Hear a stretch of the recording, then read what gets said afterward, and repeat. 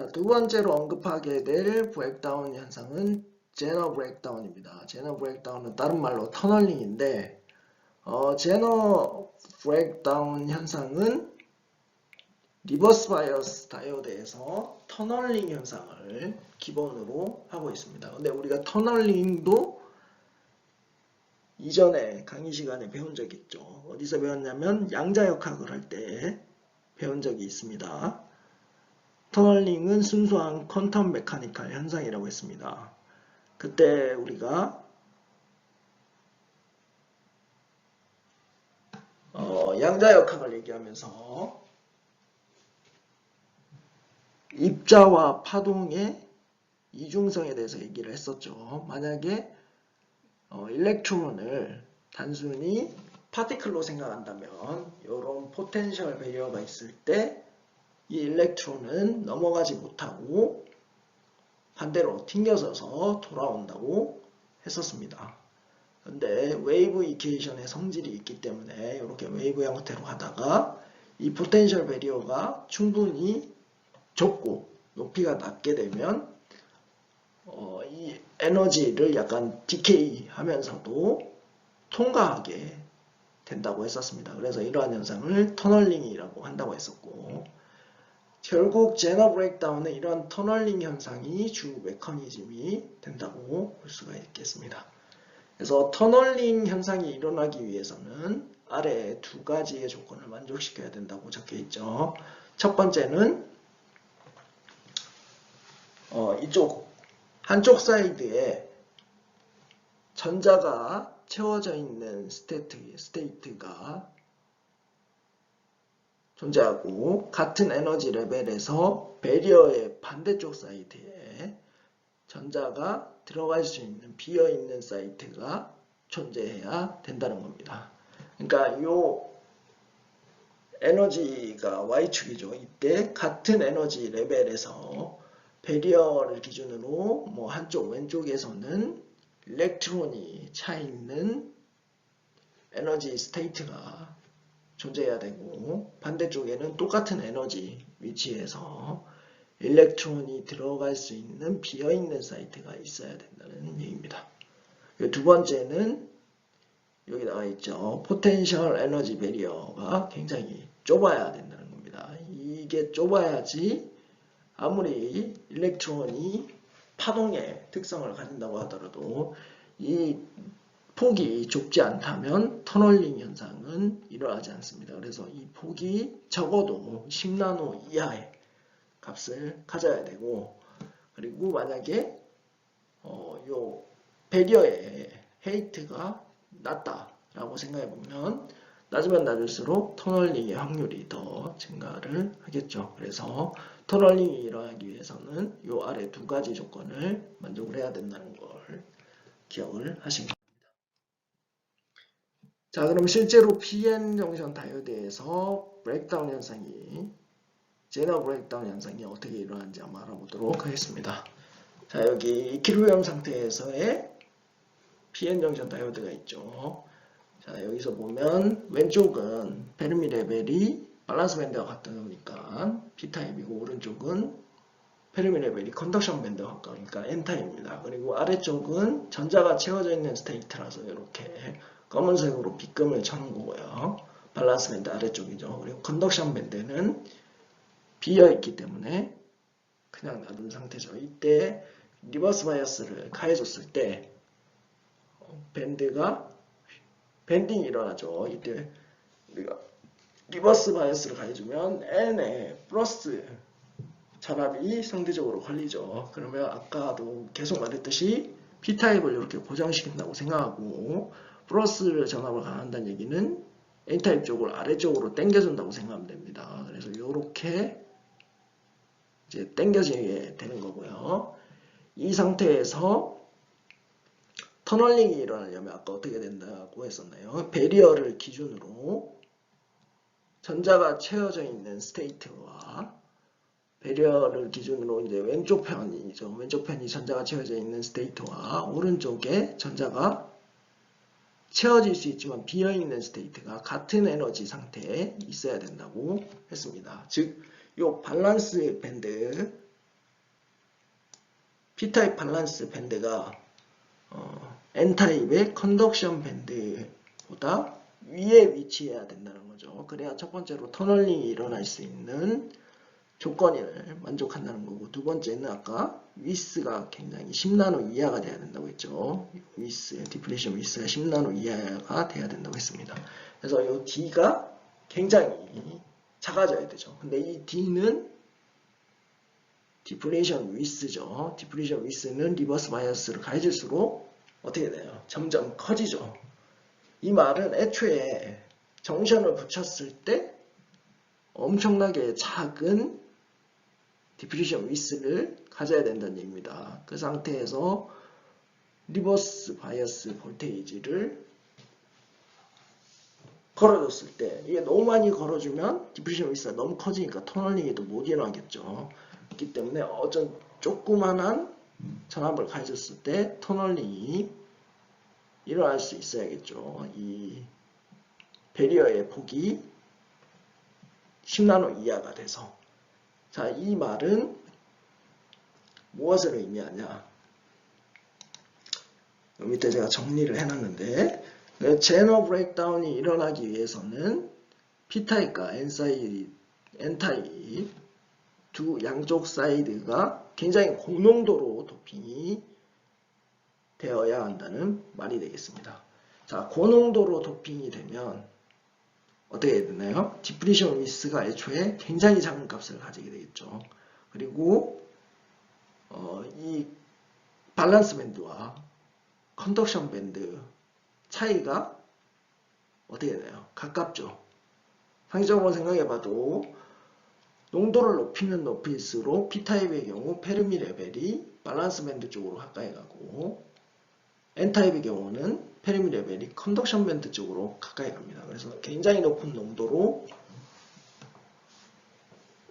도핑을 해주면 이 P타입의 밸런스 밴드와 N타입의 컨덕션 밴드가 굉장히 가까운 위치에 놓이게 되는 거죠. 이 상태에서 리버스 바이어스를 조금만 걸어줘도 아까 말했듯이 비어있는 스테이트가 여기죠. 비어있는 스테이트가 아니죠. 전자가 채워져 있는 스테이트와 비어있는 스테이트가 같은 에너지 레벨 위치에 존재를 하면서 이 배리어가 10나노 이하를 유지할 수 있게 되는 거죠. 그래서 이 제너 브레이크다운, 터널링에 의한 브레이크다운의 경우에는 N타입과 P타입이 굉장히 높은 농도로 도핑이 되어야 한다는 거고, 반대로 아발란치 브레이크다운 같은 경우는 굉장히 큰 일렉트릭 필드가 가해져야 된다고 했었습니다. 그래서 상대적으로 훨씬 더 큰 브레이크다운 볼테이지가 요구가 되는 거죠. 자, 그래서 아까 앞에서 설명했던 거랑 똑같은 얘기인데, 제너 브레이크다운, 즉 터널링에 의한 브레이크다운이 일어나기 위해서는 포텐셜 배리어가 10나노 이하가 돼야 됩니다. 아까 말했던 것 같이 P타입과 N타입 영역이 굉장히 높은 농도로 도핑이 돼야 됩니다. 그래서 제너 브레이크다운 같은 경우는 굉장히 작은 볼테이지, 상온에서 거의 4.5V 정도의 볼테이지만 가해줘도 제너 브레이크다운이 일어나게 되는 겁니다. 그리고 또 추가적으로 더 알아보자면 여기 뭐라고 되어 있나요? The number of electron for tunneling in balance band 라고 되어 있죠. 그러니까 아까 포텐셜 베리어를 기준으로 왼쪽에 밸런스 밴드의 일렉트론들 개수가 터널링 커런트에 영향을 준다는 얘기가 되겠죠. 그리고 터널링 커런트는 당연히 리버스 바이어스를 키우면 키울수록 증가하게 되는 거죠.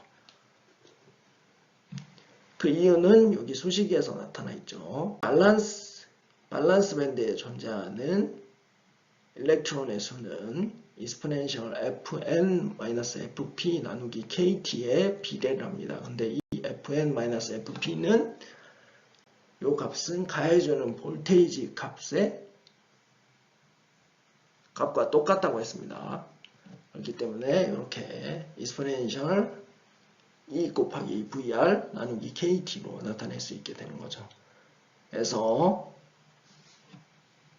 리버스 바이어스 볼테이지를 증가시키면 증가시킬수록 이 터널링을 위한 일렉트론의 수가 급격히 증가하게 되는 거죠. 반면에 이 리버스 바이어스 볼테이지를 키우면 키울수록 디플리션 위스는 커진다고 했습니다. 그러면 이 배리어 위스가 증가하게 되죠. 그러면 이렇게 봤을 때 과연 리버스 바이어스 볼테이지를 키웠을 때 터널링 커런트는 어떻게 되느냐가 궁금해지는 거죠. 근데 아까 제가 결론을 미리 얘기를 했었죠. 터널링 커런트는 리버스 바이어스가 증가하면 증가하게 된다고. 그 이유는 이 터널링을 위한 일렉트론 넘버는 이 리버스 바이어스에 익스포넨셜하게 영향을 미치고 디플리션 위스는 루트에 영향을 미치게 됩니다. 상대적으로 이 터널링을 일으키기 위한 일렉트론 개수가 훨씬 더 빠르고 민감하게 영향을 받게 되는 거죠. 그래서 터널링 커런트는 이렇게 리버스 바이어스가 커질수록 증가하게 되는 겁니다. 그 다음으로 말할 내용은 제너 브레이크다운이 아바란치 브레이크다운과 조금 다른 템퍼러처 디펜던스를 보인다는 겁니다. 아바란치 브레이크다운 같은 경우는 제가 앞에서 얘기했듯이 온도를 올리면 브레이크다운 볼테이지가 커진다고 했죠. 반면에 제너 브레이크다운 같은 경우는 온도가 증가하면 증가할수록 제너 브레이크다운 볼테이지는 감소하게 됩니다. 그 이유는 온도가 증가하면 증가할수록 첫 번째 에너지 밴드 갭이 감소를 하게 되고요. 그리고 추가적으로 터널링 확률이 증가하게 됩니다. 터널링 그림을 표현할 때 포텐셜 베리어를 이렇게 기둥처럼 표현을 했었죠. 근데 실제로 우리가 밴드 밴딩, 아까 밴드 밴딩을 그랬었죠. 밴드 밴딩을 그리다 보면 높은 에너지에서 이 폭이 더 좁아지게 됩니다. 그래서 온도가 증가하면 증가할수록 이 일렉트론이 가지는 에너지 위치가 더 올라가게 되는 거죠. 그러니까 터널링 하기 위한 일렉트론의 에너지 위치가 더 올라가게 되는 거고, 이쪽에서 폭이 훨씬 좁죠. 그렇기 때문에 터널링 프로버빌리티가 증가하게 됩니다. 그래서 이 두 가지 요인에 의해서 제너 브레이크다운 볼테이지는 템퍼러처가 증가하면 증가할수록 감소합니다. 그러니까 더 빨리 브레이크다운이 일어난다는 얘기죠. 그래서 이 온도 의존성으로 우리가 제너 브레이크다운이냐 아발란치 브레이크다운이냐를 알 수가 있는 거고, 디바이스에서 어떤 브레이크다운 현상이 더 도미넌트한지 알 수 있게 되는 겁니다. 자, 두 번째 논 아이디얼 케이스인 리콤비네이션 제너레이션 커런트에 대해서 알아보도록 하겠습니다. 이 리콤비네이션 제너레이션 커런트 같은 경우는 PN 정션 다이오드 IV 커브에서 리버스 바이어스 영역과 포워드 바이어스 영역 중에서 스몰 포워드 바이어스 영역에서 영향을 미치게 됩니다. 본격적으로 이 RG 커런트에 대해서 알아보도록 하겠습니다. 아이디얼 다이오드 이퀘이션 상황에서 우리는 디플리션 영역에서 리콤비네이션 제너레이션 프로세스는 무시할 수 있다라고 가정을 했었습니다. 근데 실제 실험을 해봤더니 이게 아니라는 것을 알게 된 거죠. 이 디플리션 영역에서 일어나는 리콤비네이션 제너레이션 커런트가 실제 다이오드 커런트에 영향을 주는 것을 알아냈습니다.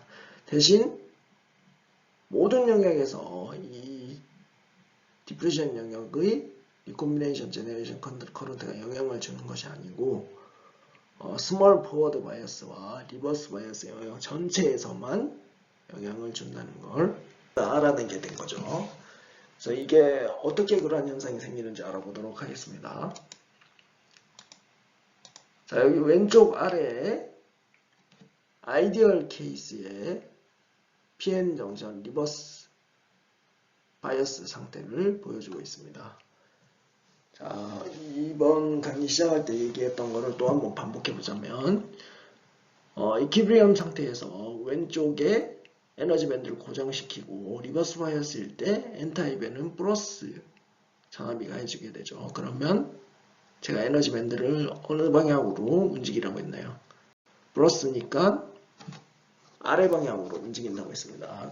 이러한 포텐셜 베리어가 생겨야 되죠. 그러면 디퓨전에 의한 커런트는 거의 발생을 하지 않습니다. 왜냐? 이 포텐셜 베리어가 크기 때문이죠. 그러면 결국 리버스 바이어스에서 아이디얼 케이스에는 다이오드 커런트가 마이너리티 캐리어인 일렉트론의 드리프트 커런트에 의해서만 결정이 되게 됩니다.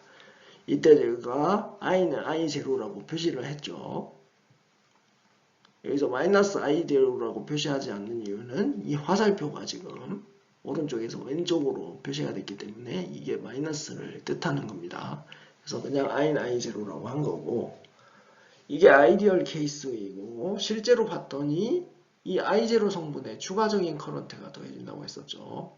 그럼 이러한 커런트가 어떻게 생기는지 대략적으로 한번 얘기를 해보자면, 여기 아이디얼 다이오드 커런트 외에 추가적으로 이 디플리션 영역에서 서멀 제너레이션, 인다이렉트 서멀 제너레이션이 일어나서 이 커런트가 리버스 바이어스 커런트에 추가적으로 더해져서 나타난다는 것을 알 수 있습니다.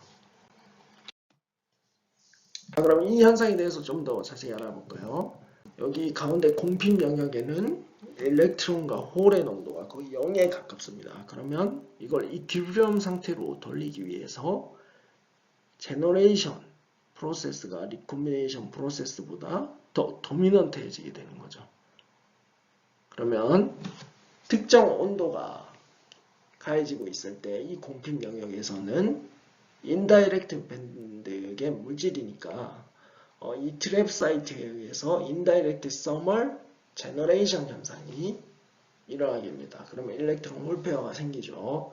그러면 이 디플리션 영역에서 발생한 일렉트론 홀 페어는 일렉트릭 필드에 의해서 움직여서 커런트에 기여를 하게 됩니다. 그래서 이쪽 방향으로 이렇게 움직이는 거죠. 전자의 경우는 이쪽 방향, 드리프트에 의한 방향과 똑같죠. 홀의 경우도 드리프트에 의한 방향과 똑같습니다. 그래서 전체 커런트는 이쪽 방향으로 오른쪽에서 왼쪽으로 흐르게 되는 거고, 전류의 크기는 기존의 I0 드리프트 커런트 한문이죠. 거기에다가 서멀 제너레이션 커런트가 더해지게 되는 겁니다. 자, 따라서 결론적으로 리버스 바이어스 커런트는 마이너리티 캐리어 드리프트 커런트 더하기 서멀 제너레이션 커런트의 합이 된다는 것을 알 수가 있습니다. 자, 그러면 스몰 포워드 바이어스인 경우를 알아볼까요? 아이디얼 다이오드 커런트의 경우에는 이 스몰 포워드 바이어스에서는 머저리티 캐리어에 의한 디퓨전 커런트와 마이너리티 캐리어에 의한 드리프트 커런트의 합으로 구해지게 됩니다. 근데 알다시피 지금 방향이 반대죠. 디퓨전 커런트와 드리프트 커런트가 반대를 가지고 있죠. 결국은 도미넌트한 커런트는 디퓨전 커런트가 되게 됩니다. 왜냐하면 포워드 바이어스를 걸어주면 포텐셜 베리어가 낮아지고 상대적으로 더 많은 캐리어, 여기서 일렉트론이죠. 일렉트론이 이 장벽을 넘어서 디퓨전 커런트를 발생시키고 드리프트 커런트, 즉 마이너리티 캐리어에 의한 드리프트 커런트는 계속 일정하게 흐르게 있는 거죠.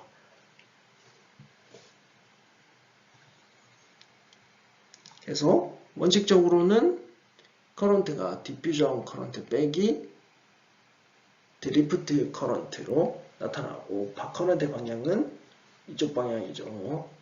왜냐하면 디퓨전 성분이 도미넌트하기 때문입니다.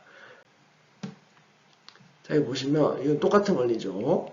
여기서 이쪽으로 디퓨전에서 넘어가서 디퓨전 커런트가 이쪽 방향으로 이렇게 생기게 되는 거죠. 그리고 드리프트 커런트에는 일렉트릭 필드에 같은 방향이니까 이렇게 생기게 됩니다. 여기에 추가적으로 제가 리콤비네이션 커런트가 생긴다고 했는데 리콤비네이션 커런트가 어떻게 생기냐면 여기 포텐셜 베리어가 있을 때 이 컨덕션 밴드 N타입의 컨덕션 밴드죠. B타입의 컨덕션 밴드죠. B타입의 컨덕션 밴드보다 낮은 에너지에 위치한 일렉트론들은 이 N타입에서 디퓨전 되다가 장벽에 의해서 부딪혀서 다시 돌아온다고 했습니다. 근데 다시 돌아오지 못하고 리콤비네이션 되는 현상이 발생하는 게 존재하게 됩니다. 확률적으로요. 모든 것이 다 그런 게 아니고 돌아가는 것들도 있겠죠. 하지만 여기 디퓨전 영역으로 들어왔다가 포텐셜 베리어를 넘지 못하고 돌아가기 전에 각각의 일렉트론과 홀 페어가 이 트랩 사이트를 기반으로 리콤비네이션 되면서 커런트를 발생을 시키는 거죠. 자, 이렇게 되면 어떻게 되냐? 커런트 방향이 어떻게 되나요? 디퓨전 커런트 방향과 같은 방향이 되죠. 왜냐면 여기서 일렉트론만 봐도 이렇게 이동을 했잖아요. 그리고 다시 돌아온 게 아니고 사라졌기 때문에 커런트는 이쪽 방향으로 이렇게 흐르게 되는 겁니다. 그래서 토탈 커런트는 디퓨전 커런트 빼기 드리프트 커런트 더하기 리콤비네이션 커런트가 되는 거고, 이게 좀 축약을 해보자면, 왜냐하면 드리프트 커런트가 상대적으로 디퓨전 커런트보다 작기 때문에 이렇게 간략화해서 디퓨전 커런트 더하기 리콤비네이션 커런트로 나타낼 수 있게 되는 겁니다. 그래서 포워드 커런트는 원칙적으로는 디퓨전 커런트 더하기 드리프트 커런트 더하기 서머 리콤비네이션 커런트가 되겠습니다. 그런데 포워드 바이어스 값이 클 경우에는 디퓨전 커런트 양이 상대적으로 드리프트 커런트와 서머 제너레이션 커런트보다 훨씬 많기 때문에 아무 영향을 주지 않는 거고, 약간 작은 스몰 포워드 바이어스에서는 디퓨전 커런트가 그렇게까지 크지 않아서 이 성분에다가 리콤비네이션 커런트 성분이 더해져서 나타나게. 자, 앞선 슬라이드에서 우리가 에너지 밴드를 활용해서 이 디플리션 영역에서 제너레이션 그리고 리콤비네이션 커런트가 어떻게 일어나는지 살펴봤습니다. 물리적인 현상을 살펴봤죠. 이번 슬라이드부터는 우리가 실제적으로 수식을 활용해서 이 리콤비네이션 되는 커런트 그리고 제너레이션 되는 커런트가 어떻게 표현되는지 알아보려고 합니다. 자, 기본적으로 디플리션 영역에서 일어나는 RG 커런트, 즉 리콤비네이션 되거나 제너레이션 되면서 발생하는 커런트는 공피병에서 일렉트론과 홀이 동시에 생성이 되고 이것들이 전류에 영향을 미치는 결과라고 볼 수가 있죠. 그래서 제너레이션 레이트 또는 리콤비네이션 레이트 수식을 활용해서 이 커런트를 구할 수가 있습니다. 지금 커런트 수식을 보면 여기 E는 일렉트리컬 차지고 A는 단면적이죠. 그리고 지금 여기 DTDC라고 되어 있죠. 여기서 C가 의미하는 것은 캐리어 콘센트레이션입니다. 그래서 단위 시간당 캐리어가 얼마만에 생기냐 하는 거죠. 그리고 공피 병역 XN에서 마이너스 XP 사이에서 이것들이 얼마가 되냐를 나타내는 거죠. 그래서 이걸 다 곱하면 전체적인 커런트량이 되는 거고요. 자, 그러면 이 서멀 리콤비네이션 제너레이션 되는 레이트가 어떻게 되는지 알아야겠죠. 자, 우리가 10주차인가요? 11주차에 다이렉트 또는 인다이렉트 제너레이션, 리콤비네이션을 얘기하면서 수식적으로 이걸 어떻게 나타내는지 이야기를 했었습니다. 예를 들어서 여기 전자가 있으면 dt, dn 그리고 마이너스 타우 n분의 n 프라임이었고요. 홀의 경우에는 dt, dp 그리고 마이너스 타우 p분의 n 프라임이었죠. 여기 마이너스가 붙는 건 리콤비네이션이 되는 걸 이야기를 하는 거죠. 그래서 우리가 간단하게 이렇게 수식적으로 표현을 했었는데 지금 더 이상 이 디플리션 영역에서는 이 수식을 활용을 할 수가 없습니다. 자, 그 이유는 기본적으로 공피 영역에서는 홀과 일렉트론이 동시에 발생을 하기 때문이고요. 그리고 공피 영역에서는 캐리어가 존재하지 않는다고 했었죠. 그렇기 때문에 로우 레벨 인젝션이 아닌 상태라서 기존 수식을 적용을 할 수가 없습니다.